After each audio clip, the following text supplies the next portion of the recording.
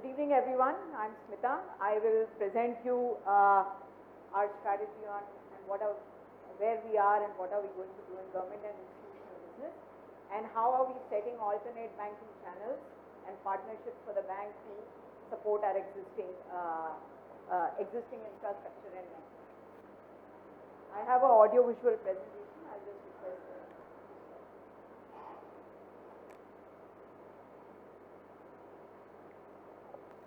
The opportunity across the government and institutional segment is enormous.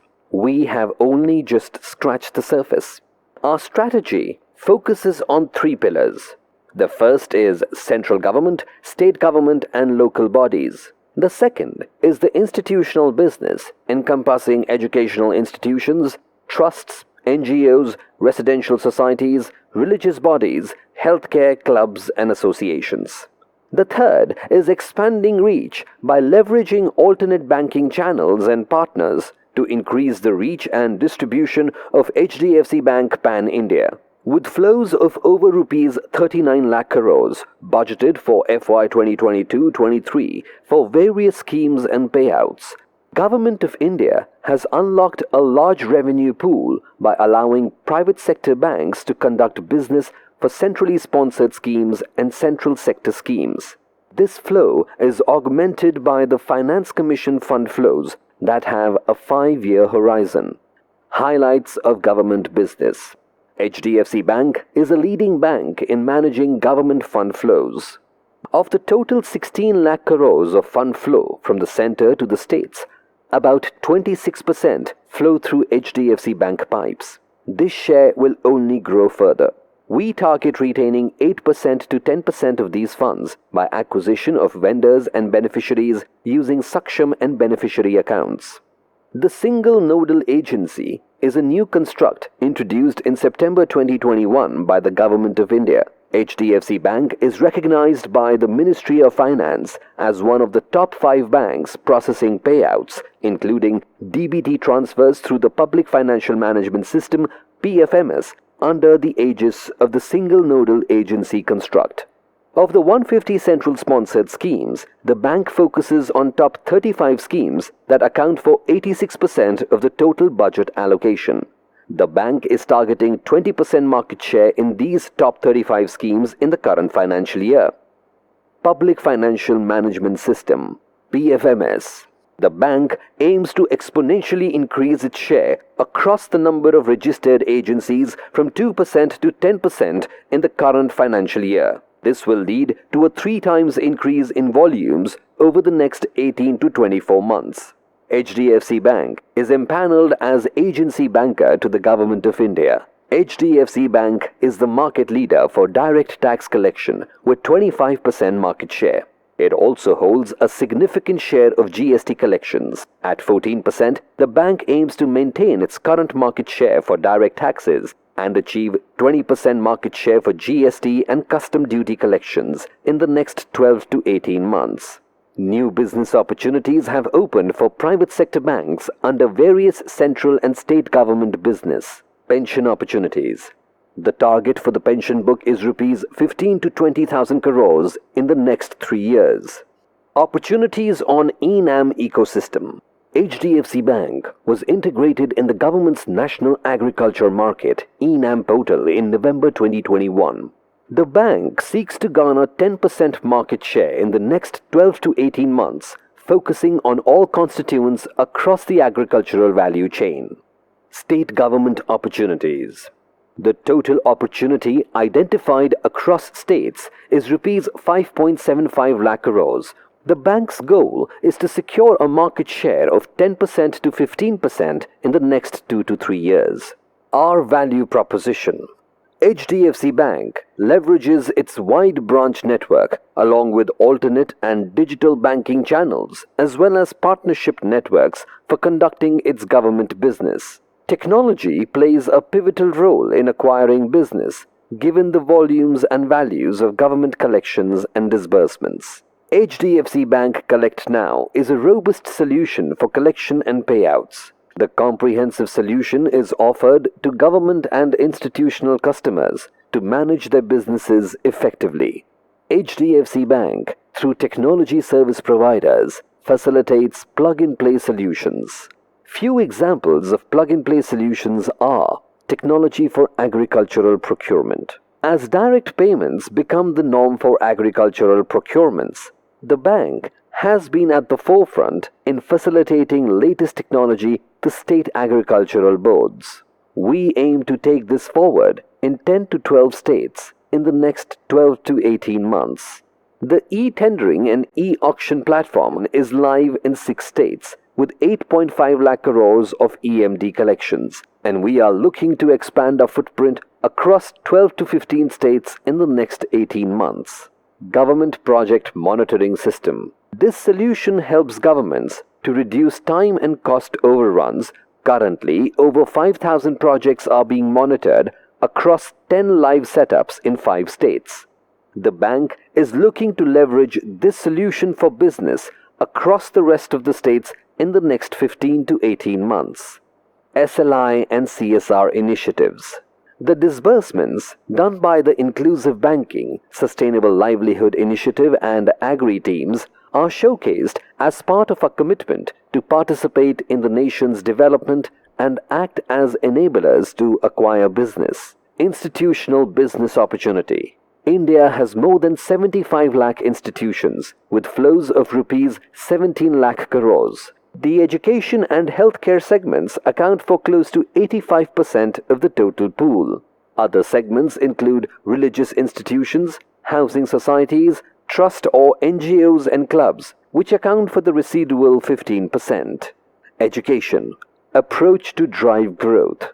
The bank intends to adopt an ecosystem-based approach to harness the opportunity offered by the education industry. Examples include comprehensive solution with key features for managing fee collection, salary payments, payroll management, etc.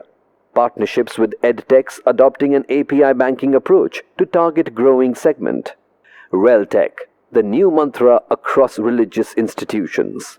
India is a country with 30 lakh religious institutions. These are estimated to receive donations of approximately rupees 23,000 crores per year from the public. This also includes 36,000 temples managed by 23 state governments' endowment departments. Leveraging digital solutions integrated with the bank to collect donations, the bank seeks to achieve 10% market share in the next 15 to 18 months. Aiding convenience across housing societies. We estimate urban India has approximately 6 lakh housing societies in India that offer a revenue pool of 72,000 crore rupees. The bank facilitates a wide variety of solutions, including collection of maintenance fee, event booking along with viewing notices, managing vendors and payments to them, etc. Our mission is to tap the opportunities through various initiatives and double the government and institutional book in the next 24 months. Technology and digital headwinds shaping the country give us conviction that it is the right time to build distribution in pockets of opportunities and support the existing network across all geographies. The adoption of technology, penetration of mobile and internet in the country opens avenues to capitalize an untapped fertile ground with large pool of opportunities by digitally connecting the last mile. We have tied up with marquee partners that have a vast agent network.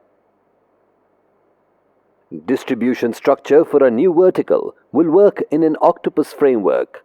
Existing branch is at the core, which is supported by 5 to 8 agents centers from the partner tie-up, covering a radius of 10 to 20 kilometers, acting as Hdfc Bank's distribution arms.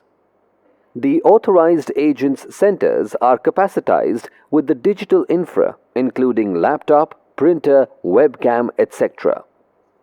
The bank supports these fixed point delivery centers with branding, creating visibility, and integrating product APIs to function as an Hdfc Bank mini branch and cross-sell all our banking products.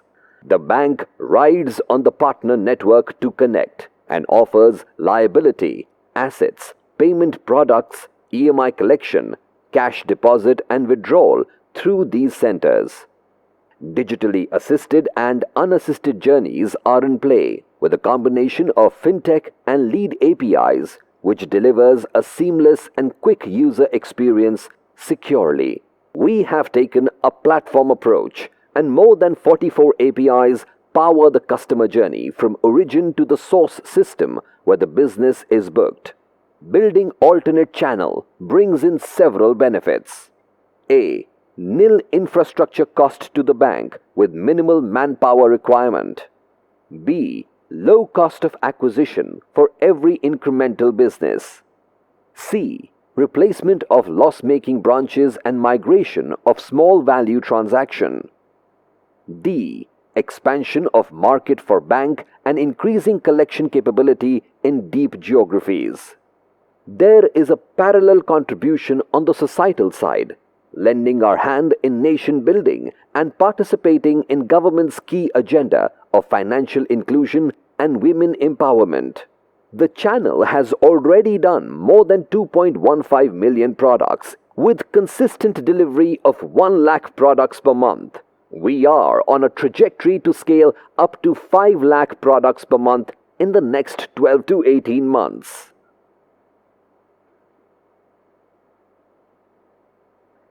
So I would just like to add two things here, how we are different, how we are doing things differently compared to others. So if you see in the government business, our main proposition is digital solutions to all the government departments. And as government is moving towards digitization and focusing, Digital India, we are able to gather a lot of market share, and in almost every state today, we are present, and we would have given at least one digital solution out there, and we are only going to scale it up. That was point number one. On the alternate banking channels, I'm sure you are aware of banking correspondents and banking facilitators, which every bank has been doing historically. What differentiates us is that usually they were open to do Jan Dhan accounts and domestic remittance, which were a huge market for everyone.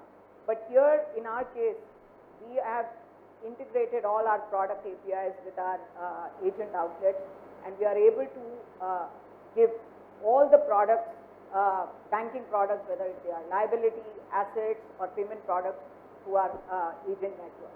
So combined with our existing branch network, with all these partnerships, we are obviously poised to double, triple the business, as Sakshi was talking and Arvind also mentioned in his presentation. After Sampath's